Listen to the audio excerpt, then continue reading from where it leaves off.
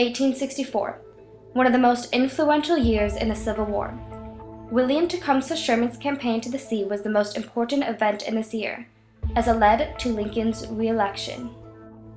At the end of the battle in Chattanooga, Sherman got permission from Lincoln to begin his campaign in May 1864 to the southern city of Atlanta.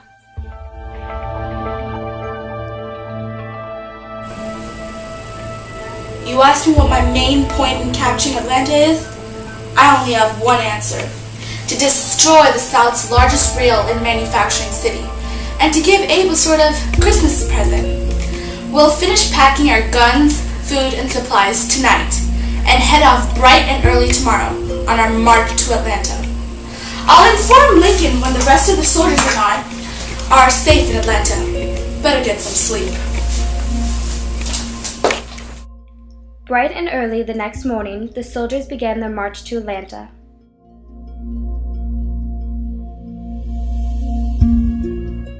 While Sherman and his soldiers were marching to Atlanta, trouble was brewing for his family back at the regiment dressing stations. I agreed to be general of this campaign, thinking I could handle the separation from my family. But not knowing how dear Ellen, Philemon, and Maria are doing hurts me ever so much. My beloved William, it has been nearly a month of non-stop working for us. We are tending to the wounded in the field of battle. Darling, the children and I miss you so much. Please return to us as quickly as you can. Of course, we understand the difficult and long work you must do, and you must do your duty, but oh, they miss you so much. Philemon and Maria must do terribly tedious tasks, yet they do the work with no complaint. They understand how important it is. Yes, your position gives us money, but we try and help others less fortunate than ourselves, and we need more money to give the poor and lonely the food and shelter they need. How this war is tearing us apart. I beg you to end this and come back to us. We miss you dearly. With love, Ellen.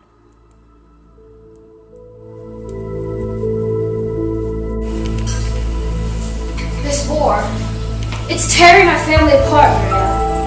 I need to know when Father will be back. Do you know? I do hope he's doing all right, though. I'm sure he's doing fine. William Jr. seems to be getting worse. My poor children, what more can this war do to us? It will comfort the sick. Let's go, Maria. Soldiers were easily wounded on the battlefield. Camps were set up across the country to aid the sick and wounded, but sufficient medical supplies were not available to the women and children nurses. Sergeant John Scott has been wounded. Sarah! Sarah, please tend to him! Coming, ma'am. Oh my. Philemon, please help. Philemon, you are useless. Go fetch your sister. Yes, Mother. Where is Maria! Right there.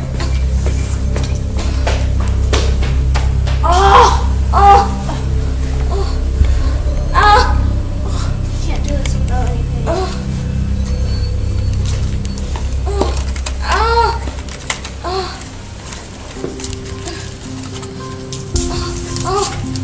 Let him rest. Go check on Bill Ford. Make sure to change the bandages on his upper abdomen. Yes, ma'am. Come here. Nurses all around the regimental stations struggled to tend to wounded soldiers. Back in Atlanta, Union soldiers swarmed into the city, and the battle began.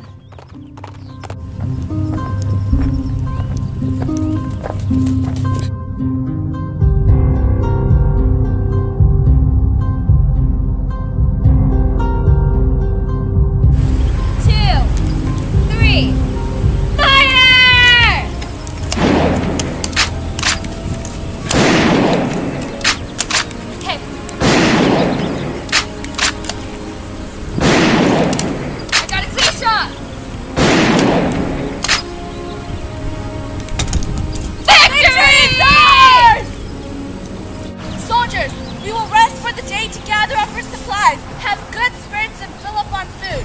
We'll be heading to Savannah, Georgia tomorrow in the morning. Sir Philip! Here, sir. Head back to Mr. Lincoln and inform him of our great victory against the Confederates. Yes.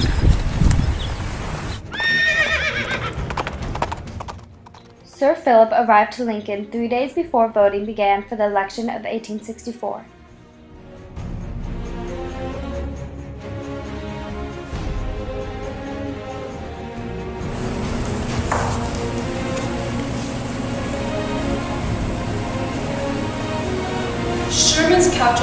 sure of whom that Lincoln and his prospects could defeat the Confederates and win this war. Yes, my opinion exactly. I just hope he can free the slaves too. Due to Sherman's capture of Atlanta, Lincoln was re-elected and gave his inaugural address March 4th, 1865.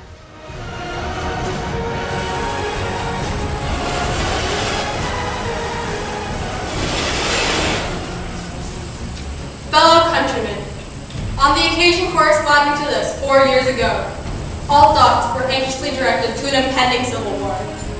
All dreaded it, all sought to avert it.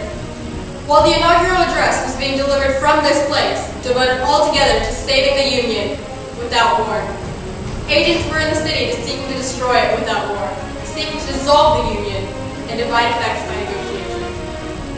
Both parties deprecated war, but one of them would make war rather than let the nation survive, and the other would accept war rather than let it perish.